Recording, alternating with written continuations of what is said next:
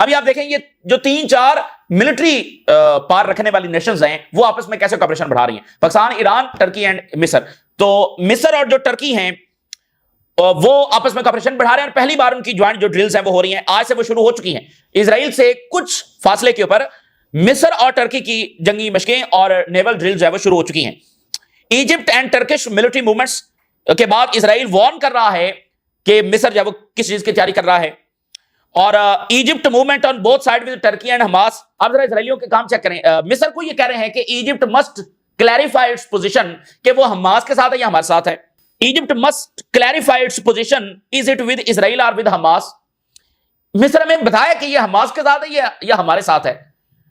اور سی of friendship یہ drill جو ہے وہ 13 سال کے بعد، لاسٹ ٹائم یہ 2013 کے اندر ہوئی تھی اور اب یہ 13 ایئرز کے بعد یہ شروع ہو گئی ہیں، اور اس سے یہ 26 تک جب جاری رہیں گی. اب آپ دیکھیے کہ وہاں یونائٹڈ نیشن میں اجلاس جاری ہوگا، پھر عربس کی ملاقات بھی ٹرمپ سے ہونی ہے، ادھر یہ جنگی مشقیں ہو رہی ہوں گی، کوآپریشن جب بڑھ رہا ہوگا.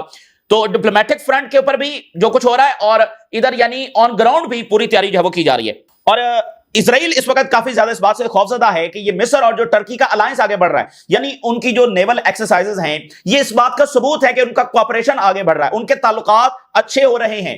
اور اسرائیل کو یہی چیز پسند نہیں ہے کہ اس ریجن میں ملک ایک دوسرے کے جو قریب ہوں، کیونکہ اسرائیل کا ایک ہی فارمولا ہے اور وہ ڈیوائڈ اینڈ رول ہے. فرقہ وارانہ فسادات سے لے کر پتہ نہیں کس چیز کے اندر جب اس ریجن کو پھنسا کے رکھا ہے.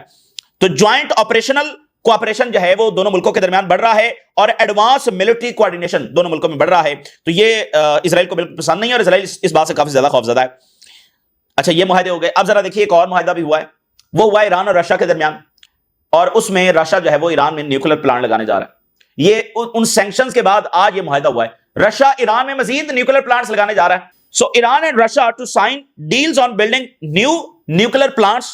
ٹھیک ہے، یعنی اسرائیل دھمکیاں دیتا رہے، اسرائیل جو بھی منصوبے بناتا رہے، لیکن ایک بڑا اسٹریٹجک شفٹ جب وہ دنیا میں آ رہا ہے اور رشیا ایران کے ساتھ اس حد تک کھڑا ہو رہا ہے. وہ مطلب وہ ادھر سے سینکشن لگ رہی ہیں کہ ایران نیوکلیر بنا رہا ہے اور رشیا مزید نیوکلیر پلانٹس جب ایران میں لگا رہا ہے. اور یورپین سے مزید ریکگنیشن جب وہ آ رہی ہے. لگزمبرگ ایک بڑا امپورٹنٹ کنٹری ہے. ایک طرف اس کی سرحد جو ہے وہ فرانس سے ملتی ہے، ایک طرف اس کی سرحد جو ہے وہ بیلجیم سے ملتی ہے، یعنی بڑا ہی امپورٹنٹ یہ کنٹری ہے. ایک طرف جب جرمنی سے ملتی ہے تو بڑا یہ یعنی بالکل سینٹر میں بڑا امپورٹنٹ ترین یہ ملک ہے. تو اس نے بھی ریکگنائز کیا. سی این این کو انٹرویو دیتے ہوئے پرائم منسٹر نے کہا لگزمبرگ کے کہ آور ریکگنیشن جو ہے it is in the opposition of the Netanyahu government. یہ جو اس کی پالیسیز ہیں اس کے جواب میں یہ ہماری ریکگنیشن ہے. پہلی بار کہیں کانگریس سے یہ رپورٹ سامنے آ رہی ہے کہ کانگریس کے اندر پہلی بار یہ ریزولوشن لائی گئی ہے کہ فلسطینی ریاست کو تسلیم کیا جائے. For the first time in the American Congress a resolution was introduced demanding کہ ٹرمپ جو ہے وہ ریکگنائز کر دے فلسطینی ریاست کو.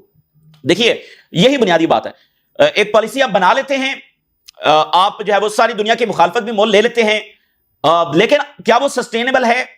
تو یہ امریکن پالیسی سسٹینیبل نہیں ہے. ایک کولیکٹیو ویسٹ کے طور پر یہ پالیسی چلتی رہی 100 سال تک یا 80 سال تک آپ کہہ لیں، لیکن جب کولیکٹیو ویسٹ میں ایک میجورٹی نے فلسطینی ریاست کو تسلیم کر لیا ہے اور اس کی سب سے بنیادی وجہ اور جو سب سے بنیادی پریشر تھا وہ پبلک کا تھا، تو امریکہ میں بھی تو یہی جو پریشر ہے وہ ڈیولپ ہو رہا ہے اور بہت کچھ ہو رہا ہے. تو کتنی دیر یہ سسٹین رہ سکتا ہے؟ تو اسی درمیان نیو یارک ٹائم دیکھیے، democratic senators call for U S recognition of the Palestinian state. New York time یہ لکھ رہا ہے. تو اب یہ آوازیں مزید اٹھیں گی اور میں نے کہا کہ جب ایک چیز ہو جاتی ہے تو پھر اس کا جو فضا بنتی ہے، اس کا جو فالو اٹھ آتا ہے، پھر ملکوں پر زیادہ پریشر آتا ہے. یار اس نے بھی ریکگنائز کر لیا، اس نے بھی کر لیا، پبلک پریشر اور بڑھ رہا ہے، بیانیہ ہمارا اور ڈسٹرائے ہو رہا ہے. تو اور اسرائیل دیکھیں، ابھی میکرون نے جو انٹرویو دیا اس میں انہوں نے یہ کیٹاگوریکلی کہا کہ اسرائیل کی جو سیکورٹی پالیسی ہے ریگارڈنگ حماس وہ فیل ہو چکی ہے. اسرائیل حماس سے شکست کھا چکا ہے. یہ میکرون کا تازہ ترین انٹرویو ہے. تو یہ ویسٹرن ملک یہ بھی دیکھ رہے ہیں کہ بھائی اسرائیل تو ملٹریلی نہیں جیت پا رہا ہے حماس سے، وہ ایران کو بھی ڈسٹرائے نہیں کر پا رہا ہے، اور regional countries more and more اس کے خلاف ہو رہے ہیں اور اس کے خلاف ملٹری پریپریشنز بھی کر رہے ہیں. تو ایک ایسے ماحول میں ایک اس صورتحال کے اندر اسرائیل جو ہے وہ ایک جنگیں پر کرتا رہے گا اور الٹیمیٹلی کولیپس ہو جائے گا. اور اب دیکھیں ایران کے ساتھ جنگ ہوئی تو ٹینز آف تھاؤزنڈز اسرائیلی جو ہے وہ یہاں سے نکل کر یورپین کنٹریز کی طرف گئے. مزید ایک راؤنڈ ہوگا تو ٹینز آف تھاؤزنڈز مزید نکلیں گے. اور وہاں سے چونکہ روٹین میں ان تمام دہائیوں میں یعنی 100 سال سے مسلسل، اور اسرائیل قائم ہونے کے بعد مسلسل، یعنی ان کے مذہب کے لوگ پوری دنیا سے اسرائیل آ رہے ہیں، روزانہ کوئی نہ کوئی آ رہا ہوتا ہے. اور ہر سال اگر ہم ان کو کیلکولیٹ کریں تو ہزاروں کی تعداد میں بنتے ہیں جو اسرائیل میں آ کر سیٹل ہوتے ہیں. تو وہ جو سیٹلمنٹ ہے وہ بھی رکی ہوئی ہے. کیونکہ وہاں سے کوئی ادھر نہیں آ رہا, انویسٹمنٹس رکی ہوئی ہیں. تو یہ یورپینز کا سب سے بڑا انٹرسٹ یہ ہے کہ ان کی کبھی ریورس مائگریشن نہ ہو. تو اب ان کو یہ لگ رہا ہے کہ یہ جنگ بھی نہیں جیت پا رہے ہیں اور آگے بھی جنگیں ہیں, اور ہر ایک جنگ میں اور بڑی جنگ میں مزید مائگریشن ہوگی پورے ریجن سے اور اسرائیل سے, تو یہ تو ہمارے انٹرسٹ میں بالکل نہیں ہے. تو اس چیز کو وہ دیکھتے ہو, اور پھر جو پبلک پریشر ہے. تو اسی درمیان آپ دیکھیے کہ فرانس کے ٹاؤن ہالز کے اندر فلسطینی فلیگ بھی لہرا دیا گیا. حالانکہ فرانس کی گورنمنٹ نے کہا تھا کہ یہاں پر فلیگ ابھی نہیں لہرانے, تو ان کا جو ٹاؤن ہال ہے انہوں نے گورنمنٹ کی وارننگ کے جواب میں وہاں پر فلسطینی فلیگ جو لہرا دیا. تو یہ جب اب مطلب ایک ریکگنائز کر لیا نا, اب آپ کہیں کہ ان کا جھنڈا نہ لہرائیں, تو یہ ایسا ہوتا نہیں ہے. تو پھر آپ اٹلی میں دیکھیے, Italy disrupted as protest over Gaza genocide sweep throughout cities. کئی ایک ان کے بڑے شہروں کے اندر فلسطین کے حق میں مظاہرے ہو رہے ہیں, اور آج وہاں پر وہ سیشن بھی ہوگا پارلیمنٹ کے اندر, اور اس میں ڈسکشن ہوگی کہ فلسطینی ریاست کی ریکگنیشن کے حوالے سے, اسرائیل کے ساتھ اپنے تعلقات کے حوالے سے. اور سعودی عربیہ نے اٹلی کو کہا ہے, ان کے ڈپلومیٹس نے کہا ہے کہ اٹلی جو ہے وہ تسلیم کرے. تو اٹلی جب دیکھے گا کہ بھائی ساتھ بیلجیم نے بھی کر لیا, ساتھ نیدرلینڈ بھی اس طرف جا رہا ہے, اسپین نے بھی کر لیا, فرانس نے بھی کر لیا, برطانیہ نے بھی کر لیا, اور ہمارے اندر بھی ایک بڑی تحریک جاری ہے, اوور آل یورپ کے اندر بڑی تبدیلی آ رہی ہے, تو پھر ان کو بھی سوچنا پڑے گا. کیونکہ اب یہ پیلسٹینین کویسچن جو ہے وہ ٹاپ, اب دیکھیں یونائٹڈ نیشن کا پورا اجلاس ہی پیلسٹینین کویسچن کے اوپر ہو رہا ہے. اچھا, اسی درمیان اسرائیلیوں کے آپ کام چیک کریں کہ یہ اچانک جو ہے وہ رشیا اور چائنا دونوں کے خلاف آ گئے ہیں. اچھا, ان کی مکاری بھی کمال ہے, مکاری بھی ان کی کمال ہے. 80s کے اندر نتنیاہو جو ہے وہ اس سوویت یونین کو کولیپس کرنے کے لیے لابینگ کر رہا تھا, اس کو یعنی ڈیفیٹ کرنے کے لیے لابینگ کر رہا تھا. وہ سوویت یونین جو ان کا سب سے بڑا سپورٹر تھا, وہ امریکہ سے بھی بڑا ان کا سپورٹر تھا. لیکن وقت بدلنے کے ساتھ جب سوویت یونین کو ان کی اصلیت کا اندازہ ہوا تو وہ تھوڑا سا پیچھے ہٹ گیا. اور پھر جب اسرائیل اگریشن کرتا تھا مڈل ایسٹ میں, تو دوسری طرف سے بچانے کے لیے سوویت یونین ہی آتا تھا. تو ایک پوری لابینگ کے تحت یعنی انہوں نے اس پر پورا کہا کہ سوویت یونین کو جو ہے وہ کولیپس ہونا چاہیے, تاکہ وہ جو دوسری پاور ہے وہ ختم ہو جائے, متبادل پاور. اور وہی واقعہ پھر یونیپولر ورلڈ میں اسرائیل نے اور زیادہ کھل کر جو چاہا کیا. تو اب چونکہ ریٹرن آف رشیا ہو رہا ہے اور رائز آف چائنا ہو رہا ہے, اور وہی متبادل پاورز دنیا میں آ رہی ہیں, اور اس کا اثر مڈل ایسٹ میں دیکھا جا رہا ہے. مڈل ایسٹ میں چائنا رشیا ویپنز دے رہے ہیں اور اسرائیل کو ٹکر دے رہے ہیں, وہ والے ویپنز, ٹیکنالوجی, سارا کچھ. تو اب یہ دونوں جو ہیں وہ چائنا کے خلاف آ گئے. اب آپ ذرا ان کے کام چیک کریں. اسرائیلی جو پولیٹیشنز ہیں وہ تائیوان پہنچے ہیں, اور اس کے اوپر گلوبل ٹائمز جو چائنا کا ہے اس نے کیا لکھا ہے, Israeli lawmakers Taiwan visit, political stunt will not shake one China principle. یہ صرف ایک پولیٹیکل سٹنٹ ہے, یہ ون چائنا پرنسپل کو جب وہ, اور اس میں آرٹیکل میں انہوں نے نیچے کارٹون بھی بنایا ہے. تو یعنی وہ اسرائیلی پولیٹیشن تائیوان پہنچے ہوئے ہیں, اپنے آپ کو چائنا کے خلاف پوزیشن کر رہے ہیں. دیکھیں نا, ادھر اسرائیل نے یہ سٹیٹمنٹ جاری کی کہ جو رشیا کے جیٹس آئے ہیں اور استونیا میں, پولینڈ میں آئے ہیں, تو ہمیں بڑا کنسرن ہے.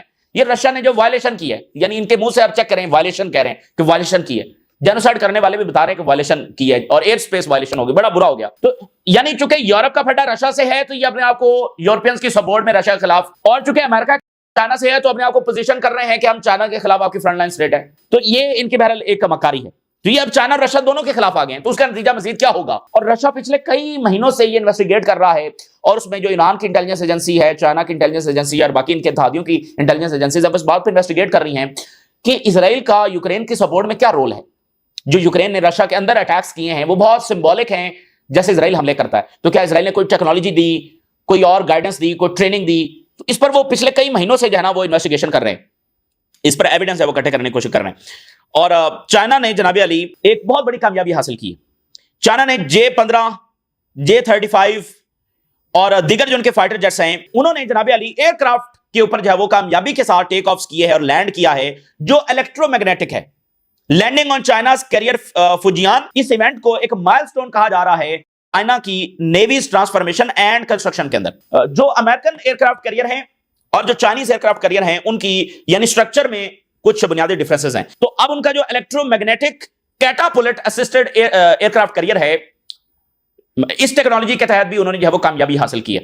یہ ان کی جو ہے نئی کامیابی. اور ادھر دیکھیے ساؤتھ کوریا کے پریزیڈنٹ کیا سٹیٹمنٹ جاری کر رہے ہیں. ساؤتھ کوریا کے پریزیڈنٹ نے یہ کہا ہے کہ جو امریکی انویسٹمنٹس ڈیمانڈز ہیں, جو ٹرمپ کہہ رہا ہے اتنے $100 بلین ادھر انویسٹ کرو, ہم سے یہ چیز خریدو, یہ کرو, وہ کرو, would spark of financial crisis. Japan نے کر لی ڈیل, یورپی یونین نے کر لی ڈیل, معاملہ حل نہیں ہوا, بلکہ کرائسس وہ تو جاپان کی گورنمنٹ بھی. ساؤتھ کوریا پریزیڈنٹ زیادہ وزڈم بھی ان میں نظر آ رہی ہے اور زیادہ بولڈ بھی نظر آ رہا ہے. ساؤتھ کوریا اب شفٹ کر رہا ہے, بات چیت کر رہا ہے چائنا سے. جو وہاں پر ان کی فیکٹری کے اوپر ریڈ ہوا, اس پر ساؤتھ کوریا کا بڑا سخت رد عمل آیا, اور انہوں نے کہا کہ ہم انویسٹمنٹس روک دیں گے. بڑا بولڈ سٹانس جو ساؤتھ کوریا نے لیا. موجودہ پریزیڈنٹ. آج وہ پریزیڈنٹ کہہ رہے ہیں کہ یہ ڈیل تو سسٹینیبل ہی نہیں ہے. یہ جو ہم سے ڈیمانڈ کی جا رہی ہے اتنے پیسے دو, اتنی انویسٹمنٹ کرو, یہ تو فائنینشیل کرائسس لے کر آ جائے گا. دیکھیں نا یہ کتنی بڑی بات ہے کہ ساؤتھ کوریا کا پریزیڈنٹ کہہ رہا ہے کہ یہ فائنینشیل کرائسس لے کر آ جائے گا, یہ ہمارے لیے پاسبل ہی نہیں ہے. تو ٹرمپ کی تو ساری پالیسیز اس پر کھڑی ہوئی ہیں کہ ہمیں اتنے پیسے ادھر سے ملیں گے, اتنے ادھر سے ملیں گے. سو یہ ملٹی ڈائمینشن ڈکلائن ہے جو امریکن امپائر کا جب ہم دیکھ رہے ہیں. اور پیوٹن نے جو سٹیٹمنٹ جاری کی ہے انہوں نے بتایا ہے کہ دنیا بڑی خوفناک اور خطرناک پوائنٹ کے اوپر کھڑی ہے. انہوں نے کہا کہ جو ڈسٹرکٹیو ایکشنز ہیں ویسٹ کے, انہوں نے جو ڈائیلاگ کی فاؤنڈیشن ہے اور خاص کر نیوکلیر سٹیٹس کے درمیان ایک مسلسل ڈائیلاگ رہتا ہے, اس فاؤنڈیشن کو بری طرح سے متاثر کر دیا. اور یہ بات دنیا کے لیے بہت خطرناک ہے. بہت بڑے بڑے کرائسس میں, بہت بڑی بڑی جنگوں میں بھی یہ جو بڑی نیوکلیر سٹیٹس ہیں ان میں آپس میں ڈائیلاگ رہتا ہے ویپنز کو کنٹین کرنے کے حوالے سے. بہت سے معاہدے امریکہ اور رشیا کے درمیان ایگزسٹ کرتے ہیں. تو اب وہ کہہ رہے ہیں کہ وہ ڈائیلاگ کی جو بیسز ہے نا وہ ڈسٹرائے کر دی ہیں ویسٹرن ایکشنز نے. تو یہ پیوٹن نے سٹیٹمنٹ جاری کیا کہ دنیا بڑے ہی خطرناک اس پوائنٹ کے اوپر جب وہ کھڑی ہوئی ہے. اور پولینڈ یہ کہہ رہا ہے کہ یورپین سولجر جب وہ پولینڈ میں پہنچ چکے ہیں and we are confident کہ NATO will not allow Russia to provoke us. اب وہ برطانیہ کے جنگی طیارے وہاں پر پہنچ رہے ہیں, یورپین سولجرز پولینڈ میں پہنچ رہے ہیں. عجیب و غریب یعنی کہ صورتحال ہے. رشین جو بارڈر سٹیٹس ہیں وہاں پر ایک پورا بلڈ اپ ہو رہا ہے, رشین طیارے کہیں آ کر سرویلنس کر رہے ہیں, اور حل آپ کے پاس ہے نہیں, مطلب آپ کے پاس کوئی حل نہیں ہے. اور یہاں بھی اگر آپ دیکھیں تو اسرائیل کی ہٹ دھرمی کی وجہ سے یہ مسئلہ ابھی تک حل نہیں ہوا, اور بذریعہ فورس ہی یہ حل ہوگا. یعنی اسرائیل کو روکنے ہی سے حل ہوگا. اسرائیل نہ کنونس ہوگا, نہ کوئی ایگریمنٹ اسرائیل کو جب روک سکتا ہے. خیر یہ اس وقت کی بڑی ڈیولپمنٹس ہیں, اور دیکھتے ہیں کہ یونائٹڈ نیشن میں مزید کیا چیزیں سامنے آتی ہیں. اور عربز اور ٹرمپ کی میٹنگ ہونے جا رہی ہے کہ زیادہ توقع نہیں ہے, لیکن ایک تو اب امریکہ میں یہ کنسرن ہے کہ بھئی گلف سٹیٹس کیا سوچ رہی ہیں, خاص کر پاکستان اور سعودی عربیہ کے ایگریمنٹ کے بعد. یہ اس کا مطلب گلف سٹیٹ جب وہ پالیسی شفٹ کر رہی ہیں تو ادھر جو ہے وہ جیسے وہ اسرائیل کے خلاف سٹانس لے رہی ہیں, تو امریکہ میں کنسرن ہے. تو ملاقات ہوگی, دیکھتے ہیں اس میں کیا ہوتا ہے, اور اس کے بعد نتنیاہو کی ملاقات ہوگی. تو یہ 8-10 دن جو ہے وہ بہت زیادہ غیر معمولی ہیں. اس وقت کی تفصیلات ہم کے ساتھ شیئر کیا, ہم نے رائز رکھا کریں گے. اللہ حافظ.